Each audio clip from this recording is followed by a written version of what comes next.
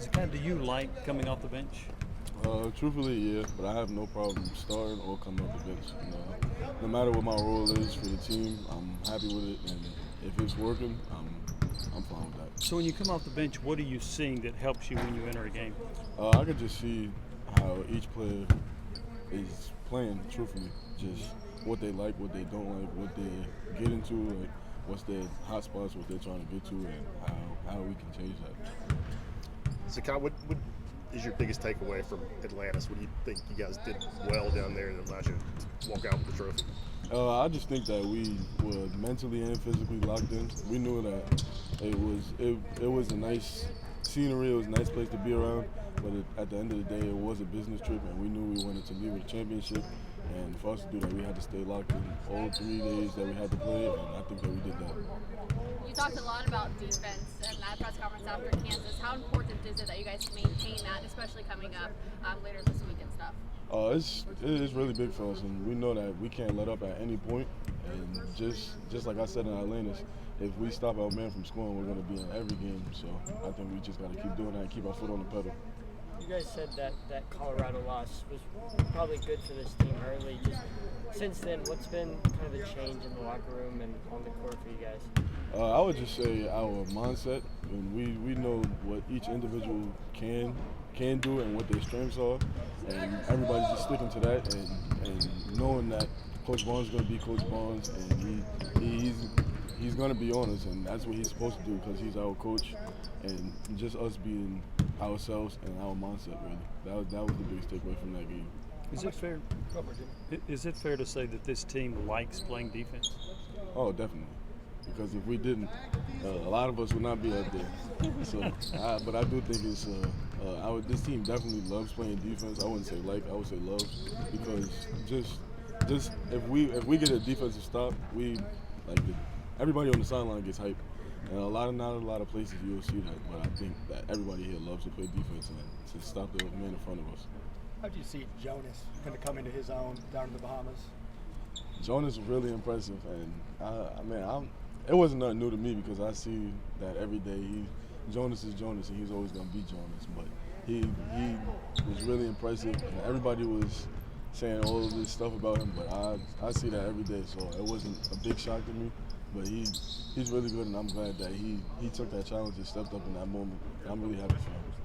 How were you individually able to kind of rebound from that Colorado game? Obviously, Coach Barnes didn't kind of hide his thoughts after the game. How did you take that and prepare going forward after that? It was just constructive criticism. It was just Coach Barnes telling us what we need to do and what I need to do. It wasn't anything as far as him being mad at me or anything like that, but it was he told me what I needed to hear, and that's exactly how I took it as that. Do you ever hear from those former Tennessee guards, Jordan Bone, Marcus Turner, Bowden, and kind of them reaching out and giving you advice on kind of how to navigate those waters of being Coach Barnes' point guard? Oh yeah, I definitely. I spoke to Lamonte after the Colorado game, and he told me the same thing. Like, "Oh, Coach is going to be on you, but you got to figure it out. You're messing up right now. You're not doing what you got to do, and something got to change." And that's exactly what I needed. Did you feel like you were playing out of control? Yeah, I wasn't. I definitely feel like I wasn't being myself, and I was just into my own head. But that conversation was definitely a game changer for me. So, Kyle, what do you think it says about this team that you guys are playing as well as you did last week without Josiah? And how exciting is it to think, what you can be when he does get back? It was just good knowing that even though Josiah did not play, but when he gets back and he's in full effect, I know that we can be that much better with him on the court. But we know that what we can do without him on the court too. And could you see it coming with Julian, like what you saw against USC? I mean, could you see in practice that it's getting ready to happen for him?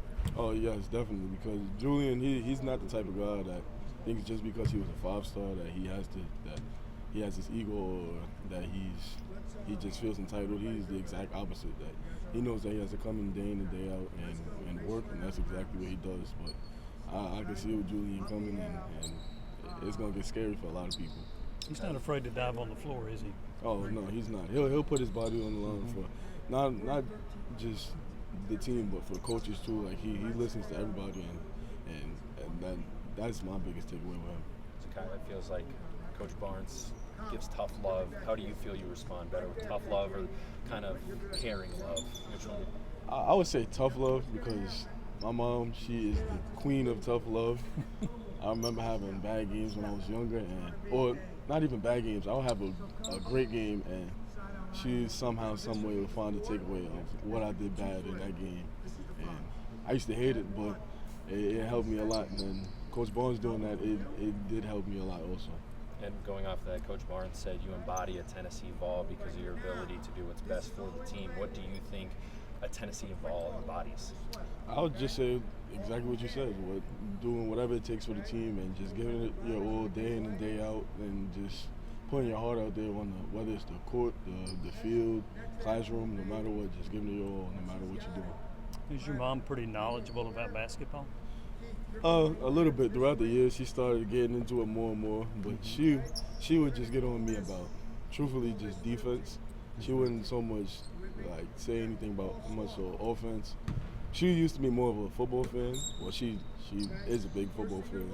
I was a football player, and she used to get on me like if somebody would nearly run by me and it's like say they'll run out of bounds or something.